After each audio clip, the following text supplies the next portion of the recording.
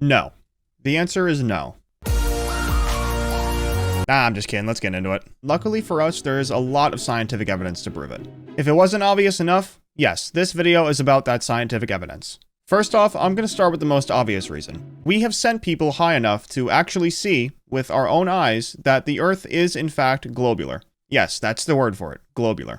Whether it be man-made satellite imagery, the International Space Station, or bomber pilots that easily cruise at altitudes of over 50,000 feet, you can see the curvature of the Earth if you go high enough. The average person just never goes to an altitude this high. This isn't the work of a new world order running a huge conspiracy though. There is really no reason for passenger planes to fly higher than like 40,000 feet. Aside from the fact that bigger passenger planes can't fly that high, and your average Joe will not be spending time in a space station anytime soon. But let's say for trolling's sake that every single private and government space agency, every single capable Air Force, and any company that has anything to do with a satellite was in fact in on this conspiracy and was actively faking every piece of photo and video imagery of the Earth. How would we know the Earth wasn't flat? Well, the answer is physics, mainly gravity and a few other things. Gravity works by applying a force that pulls everything towards the center of a mass. So it makes sense that because the Earth has enough mass to have a noticeable gravitational force, that it would end up being a sphere. Another big reason we know that the Earth is a sphere is because of its orbits and how we're able to see all the stars in the sky.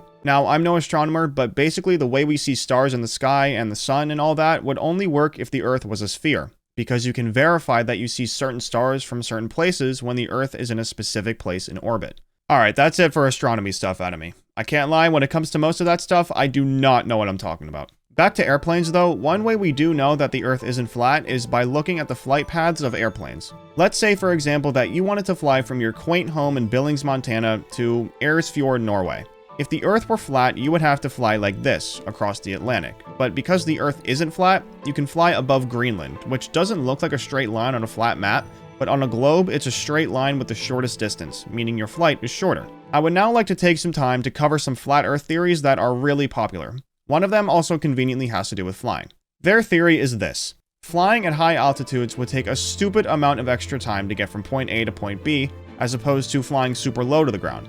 However, this idea really is just dumb. To some degree, yes, you would get there faster if you stayed low to the ground. But the thing is, mathematically, the difference is much smaller than you would think.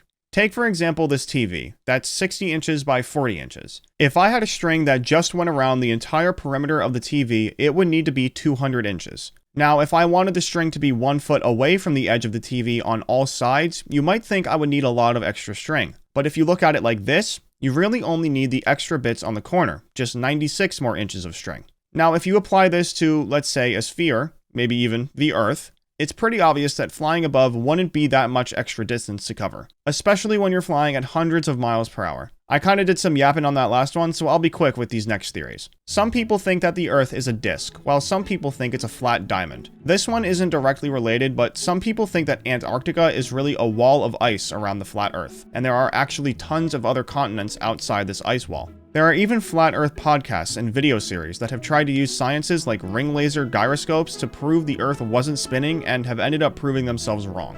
In the end, I think it's pretty obvious to all of us that the Earth is not flat. I just think the amount of effort to maintain a conspiracy like that would be absolutely crazy. But hey, who knows? Maybe I'm just one more person that's being paid to feed you lies about the round Earth. I'm just kidding. Or am I? In reality, I'm just a guy who likes science. So if you like this video, be sure to subscribe.